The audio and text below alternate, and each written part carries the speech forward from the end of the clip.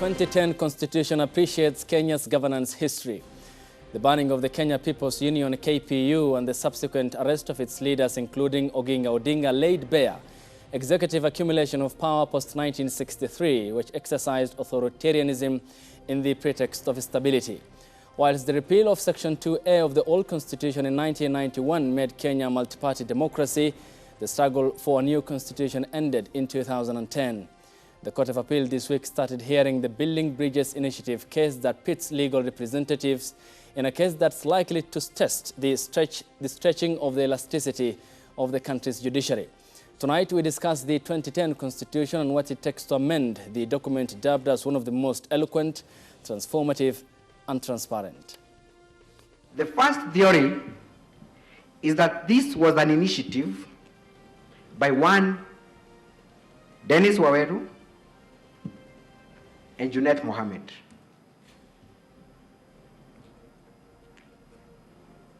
That has been submitted. Now I find that to be, for lack of better terms, taking us for a ride. We'll be discussing the key issues that are set to form the discussion on the basic structure of the Constitution, the popular initiatives and the principles that should guide the formulation of a question or questions in a referendum, and what that portends for the document promulgated on the 27th of August 2010.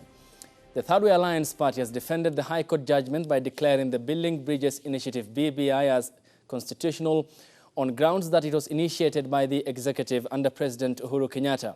Through its lawyers Elias Mutuma and Professor Kindiki Kithure, acting on behalf of the party chairperson Miruri Waweru, they told the 7-judge bench of the Court of Appeal that President Uhuru Kenyatta would have relinquished powers as the president before initiating the BBI as a private citizen. And as our political affairs reporter Jeff Khaemba now tells us, the Law Society of Kenya President Nelson Harvey, on behalf of 5 activists, reiterated the moment President Uhuru Kenyatta became the president, he ceased to be a person. In what will be described as a comeback move, respondents opposed to the BBI process in a hard-hitting statements faulted the appellants of misleading the Kenyans about the promoters of the Constitutional Amendments Bill by reaffirming it was the executive under President Uhuru Kenyatta and not the politicians Dennis Waweru and Junet Mohammed. That has been submitted. Now I find that to be, for lack of better terms, taking us for a ride. I urge this court to find that apparently what we are talking about here was a botched attempt to overthrow the people and their constitution at the same time. Luckily, by the grace of the Almighty, the judiciary, through the Superior Court, came and, in my view, rightfully interpreted this constitution. While making submissions before a 7-judge bench led by Daniel Musinga, lawyers Elias Mutuma and Kithure Kindiki, acting on behalf of the Third Way Alliance Party chairperson Miruri Waweru, told the court that President Kenyatta initiated the BBI process in official capacity, which is unconstitutional. Dennis Waweru swears an affidavit dated on being the Honorable Mohammed Junet, together with Honorable Junet Mohammed, duly authorized to swear this affidavit on behalf of my co-chairperson and on behalf of BBI, Honorable Raila Amolo Odinga, the respondents in this case. My point is, the respondents in that case was not Junet Mohammed, was not Dennis Waweru. We sued them in their capacity as officials of BBI National Secretariat. They never filed a single notice of protest to that description. According to the legal team, Uhuru Kenyatta will have relinquished the powers as the president and embarked on the constitutional amendments process as a private citizen. I'll give you an example that happened with this same executive, Your Lordship. In 2014, our president was facing a personal case at The Hague. When he was leaving for that case, which was his personal matter to attend to, he did the right thing. He handed over power to the deputy president, appointed him as the acting president, went to The Hague as a citizen, was not received by the state there as a president, but as an individual. So if the president then wants to initiate such a process as a citizen, he must of all do exactly that. Announce to us that this is not the president doing this, it is me as a citizen. LSK President Nelson Harvey, acting on behalf of the 5 activists led by David Ndi, Charotich Sei, James Gonde, Wanjiru Gekonyo and Ekai Angelei, reiterated that President Kenyatta subverted the will of the Kenyans in the formation of a presidential initiative rather than a popular initiative. The moment you become president, you cease being a person. You become a state officer. The president, like King David before him, cannot start taking the flock. The president, like King Edward VIII, must remain the president.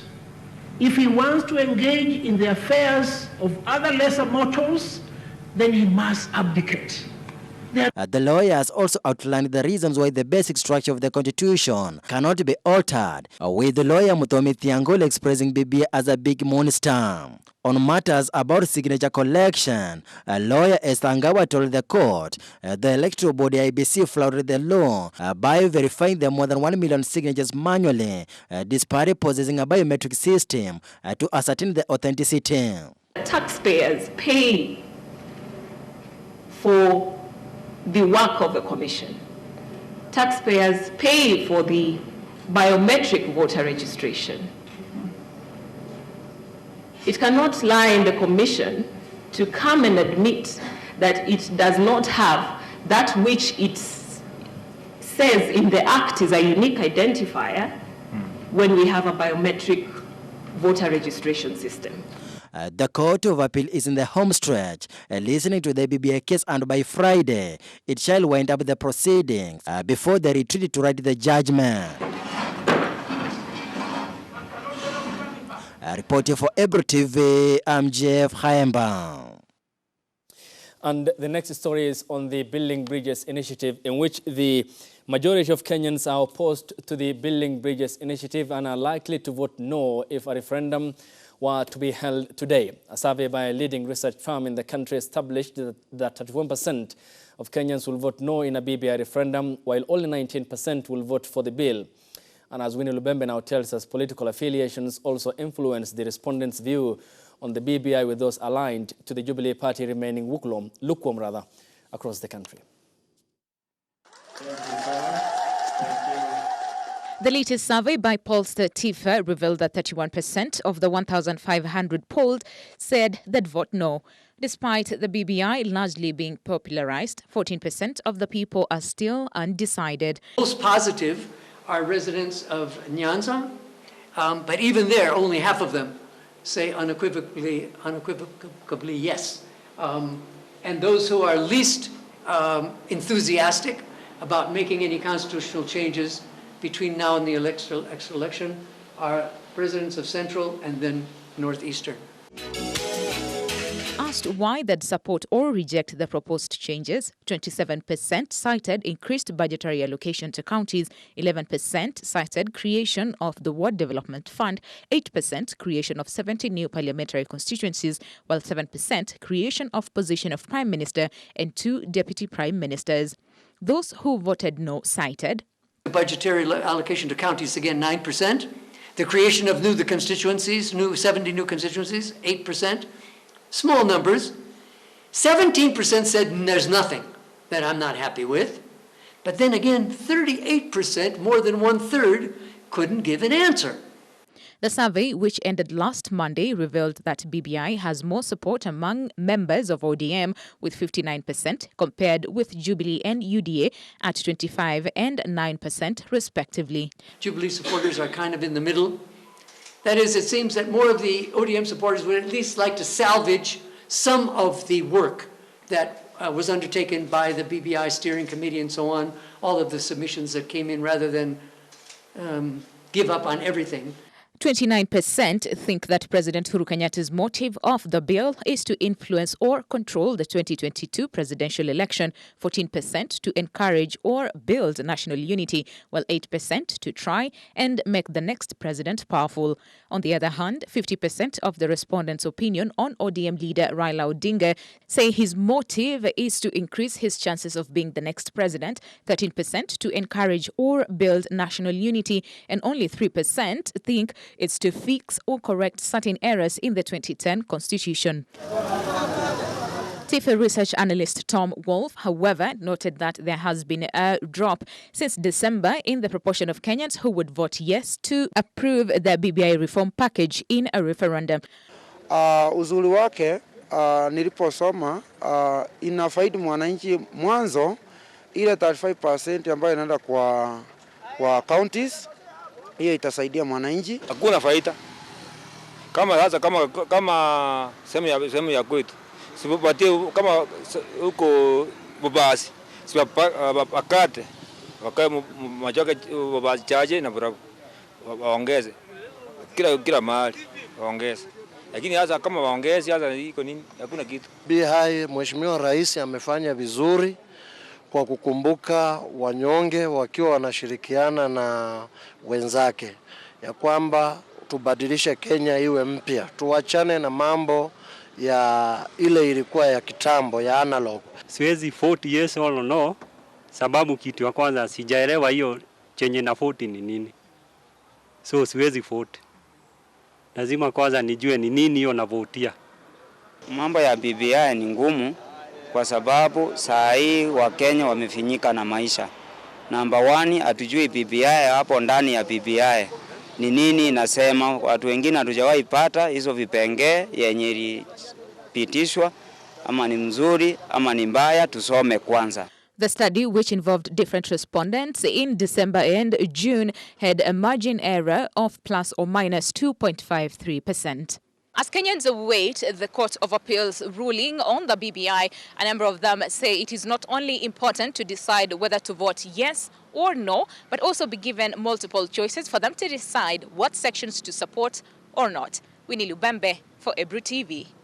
The country has recorded 376 new cases of COVID-19 in the last 24 hours from a sample size of 3,831. This brings the positivity rate in the country to 9.8%, which now brings the total number of positive cases in the country to 184,537, and the cumulative tests so far done 1,963,532. 910 patients have recovered from the disease, 516 from the home-based and isolation care, while 394 from the various health facilities across the country.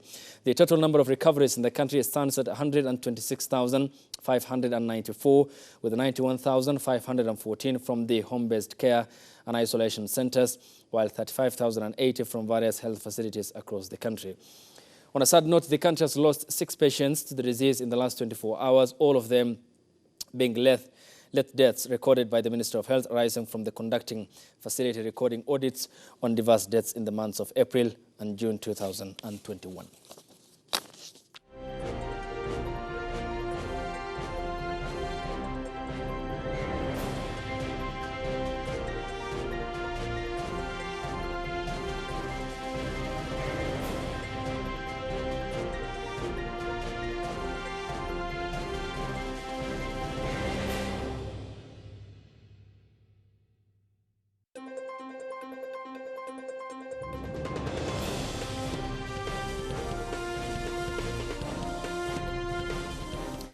And the Justice and Legal Affairs Committee of the Senate has approved both bills sponsored by Elgeyo Marakwet Senator Kipchumba Murkomen and Narok County Senator Ledama Olekina. The bill seeks to amend the Elections Act and scrap degree requirement for those seeking to run for MP and MCA positions in 2022. Despite receiving the nod from members of the committee for the publication of the said bills, a few of the members had an issue with Olekina's bill that seeks to address the requirement of a degree for one to contest as a member of the county assembly. The Narok senator wants Parliament to scrap the law, taking into account low literacy levels, especially in marginalized counties. I think you are able to arrive into some common understanding with Senator Murkomen, including making your proposed amendment within the bill sponsored by Senator Murkomen? I think what would be amiable to me is if we were to co-sponsor a bill, that one I would, because I don't know what Senator Murkomen's bill says. I've not seen it. I'm only taking into consideration issues relating to marginalized areas where the level of literacy is quite low. And also looking, I don't know what his bill says really. So for me, I'm looking at areas where, like maybe in Kisii or in Lowland or in Masai land, where you will find that there are a lot of people who are MCAs, they served as councillors. They have a lot of experience. They may not necessarily have a degree, but when it comes to the issue of the National Assembly or the Senate, I think a degree might really help because of now technical issues like what we're dealing with now. I know, Chair, that there is a debate in the country whether we should bring in a qualification for elected leaders to degree or not, or below the degree or not. There are various reasons why this proposal was brought. It's because there are certain other qualifications. And Treasury CS Ukur Yatani has gazetted the Finance Act 2021 days after President UHURU Kenyatta assented to 4 parliamentary bills, among them the contentious finance bill that seeks to ensure Kenyans will pay more to access internet and make phone calls. The move that has not been taken too well by a majority of Kenyans since they use their phones to access services on a daily basis and say this will even burden them more. It is now official that poor Kenyans will have to dig deeper into their pockets to finance the financial year which starts today. This is after President UHURU Kenyatta assented to law the Financial Act of 2021, which introduces amendments to various tax-related acts of Parliament. According to the Act, Treasury reintroduced a 16% value-added tax on gas. Households will pay at least 350 shillings more for the 13-kilogram cooking gas. That is expected to retail at 2,600 on average. Excise duty on airtime and data will now increase from 15% to 20%, a move which is expected to increase the cost of making calls and browsing in the country, with millions of Kenyans already spending huge amounts on the services. So the more nasema utatax kama credit, utatax airtime, utatax vitu kama mkate. Sisi we don't want to know that one. Hiyo mambo ya tax kama kuna kampuni sile kubwa wa tax hizo. Sio mwananchi kama sisi, sio utatax nini? Litafinyilia ila si kwa upande mkubwa, kwa sababu nikisema kama kiwango changu ambacho mimi natumia na chako, kumbuka kuna wale ambao wanatumia kama wifi, unaona, na kuna ambao wananunua credit. Kwa hivyo mara nyingi wengi wao watumii credit. Credit wengi wao ni kwa kupigia simu, na kuna ambao wananunua kama kwa mwezi, unaona, na kuna wale wa wiki ama kwa siku. Sasa na si kila siku mtu anaweka, unaona. Kwa hivyo hiyo wakitax tuseme haitaumiza watu sana, ila sema ile mara ya kwanza kuna watu ambao wataumia. The President also penned the Appropriation Bill 2021, the Second Supplementary Appropriation Act, and the County Allocation of Revenue Act. The Appropriation Act 2021 authorizes the issuance of funds from the Consolidated Fund in furtherance of the budget for the financial year. The Act also facilitates the expenditure of the gross total budget of 1.9 trillion for the expenditure, Parliament, and the Judiciary, which comprises a total of 1.2 trillion shillings for recurrent expenditure and 668 billion shillings for development expenditure. Kenyans, however, have lamented over the effects that this move will have on their livelihood. Kama airtime kutax na vile unapata hata kama mtu amejikaza kuweka airtime ya 20 na unatumia please call me ndio ikae ni watu kidogo sana ambao wana sio kupata airtime ya 100. Lakini kwa mambo na taxes naona kama tunadaliliwa sana. Sin taxes bado iko juu, tunaomba tu bado punguzwe kiasi at least si tuweze kuavoid vitu vingine. The government says that following the assent, Kenya's public finance sector should be on a stronger foundation to spur economic growth, fund critical development projects with the Big Four agenda and other seminal initiatives. Lucy Riley, Ebru TV.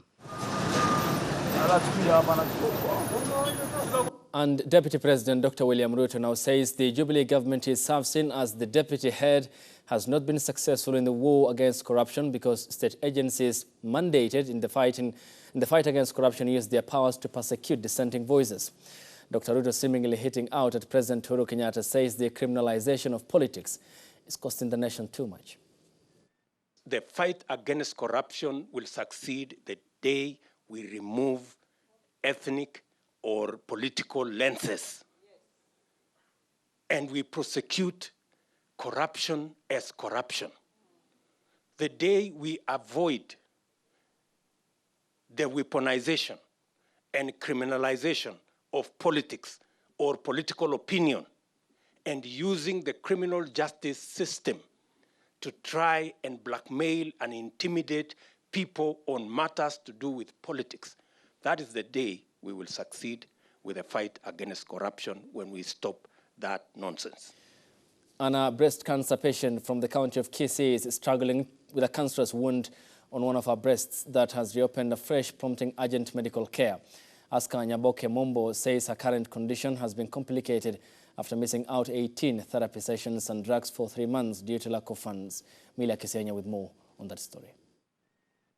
Panic has gripped a breast cancer patient who thought she had been healed from the dreaded non-communicable disease after a few chemotherapy sessions. Aska Nyaboke Moimbo, who hails from Kenyanya in Kisii County, is a worried person after the cancerous wound on one of her breasts reopened afresh, prompting urgent medical care. Narrating her ordeal, the 61-year-old mother says she found of her current condition 4 years ago. Nilipata kitu kwa matiti kama kitu hivi, nikisika hivi nasikia kama mahindi. Lakini sasa hiyo kitu ilikuwa hainiumi, nilikuwa sisikii uchungu, nikakaa naye miaka 2. It was after a visit to the hospital that saw Nyaboke begin her chemotherapy sessions. However, after her first round of 18 chemotherapy sessions, the second round would see her mark only 13 sessions. The rest of the sessions cut short due to lack of funds. Nikaanza kutibiwa chemotherapy. Sasa nikaanza kuwekewa madawa. Sasa hiyo ilikuwa bato imetoboka. Inatoa maji, damu na usaa. Sasa nikaanza kutibiwa nikiwa na hiyo damu na usaa na maji. Kuna sabali 2 nilitibiwa na 1180. Sasa nikaendelea kuwekewa. Wakati niliingia hii sabali ya 13 wakanielezea, mama, kati imeisha. Sasa utatoa pesa kasi. The deficit of the funds have now left Nyaboke hopeless, struggling with a leaking wound on her breast. Sijapata madawa siku 2, miezi 2 ni ya mwezi wa 3. Sasa sijapata madawa. Tena kinonda imetoka, naanza kutoa tena usaa na tamu. The family is now seeking well wishes to come to their rescue. Milia Kisenya for Ebru TV. And the County Assembly of Migori, MCS, passed 8.8 billion budget estimate for the financial year 2021-2022, despite a section of MCS dismissing the budget motion tabled in the House by the committee as unconstitutional. The County Assembly, Health, Medical Department and Roads, Transport and Public Works were the biggest winners from the budget, having received an allocation of 1.8, 1.5 and 1.1 billion Kenya shillings, respectively. Migori County government was heavily censured after allocating 4.1 million shillings for purchasing coffins in the 2020-2021 budget. Agitated residents called out the county for featuring such scary allocation in the budget at a time the county was grappling with escalating cases of coronavirus. Today myself, I oppose these particular budget estimates that were discussed in the House, and especially the one that were been brought today by the Committee of Budget. They are very unconstitutional estimates. The reason why I'm opposing this is this, that the county fiscal strategy paper that had ceilings per each department that we approved in this particular assembly last time is totally different from the estimates that the budget committee is bringing to us for approval. The Migori County financial budget fate still seems bleak to a section of Migori County MCAs who rejected the 2021-2022 budget report presented by the chairman of the Budget Approximation Committee at the County Assembly. They questioned the reduction of allocation from County Executive Committee to the County Assembly. Even the National Assembly are not prepared by the Committee of Budget. Estimates are prepared by the Executive. And once they're brought to the House, under that particular regulation, we have only up to 1% under 137(1). Under Regulation 137.1, we have up to 1% only that we can be able to via or deviate from the estimates that we have been given. MCA, led by member of County Assembly for Timaru East Ward, Mr. Augustine Mwise, faulted the report, claiming they breached the constitution by passing some sections of the budget, which he deemed to be unconstitutional. The county fiscal strategy paper was approved in the County Assembly on previous meeting. It's totally different to the one tabled by the committee. But in Migori County Assembly, a committee is allocated money to execute its responsibility. The committee is not funded throughout the financial year to execute its responsibilities. But at the end of the financial year, the money is not there.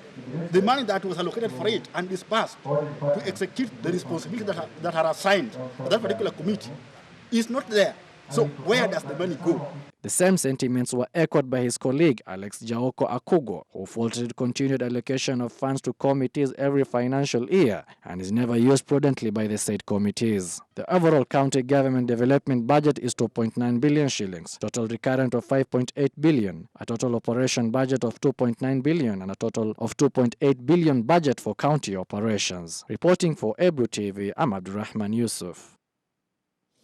And Kenya has signed a public-private partnership worth 160 billion with France for the construction of 233-kilometer Rironi-Nakuru-Mau Summit Road. The construction is set to kick off in September. President UHURU Kenyatta and French President Emmanuel Macron in France did sign the agreement and discuss bilateral and multilateral subjects of mutual interest to Nairobi and Paris, where the two met at the Élysée Palace in Paris. On multilateral front, the two leaders also spoke about the forthcoming Global Partnership for Education Summit in London in the UK, to be co-hosted by President UHURU Kenyatta and the UK Prime Minister Boris Johnson. COVID-19 pandemic has exacerbated the situation and turned gender-based violence into a global emergency. Emerging data also indicates a surge of at least 25% in violence against women across the globe. In the past year alone, Cameroon has reported a 35% increase in cases, Central Africa a spike of 69%, South Africa a spike of 37%, and my own country, Kenya, a recent survey has shown that cases of gender-based violence had increased by more than 50% from the previous year. These are undoubtedly alarming statistics which I believe call for urgent and very bold and corrective measures. We in Kenya have made significant progress to addressing gender-based violence, and I personally have made a personal commitment to end female genital mutilation by the end of my tenure next year, as well as an end to all forms of gender-based violence by 2030, as envisioned by the Sustainable Development Goals. So, ladies and gentlemen, against this background, allow me now to share with you Kenya's GEF headline commitments on gender-based violence to accelerate the pace and deliver concrete results by 2026 and beyond.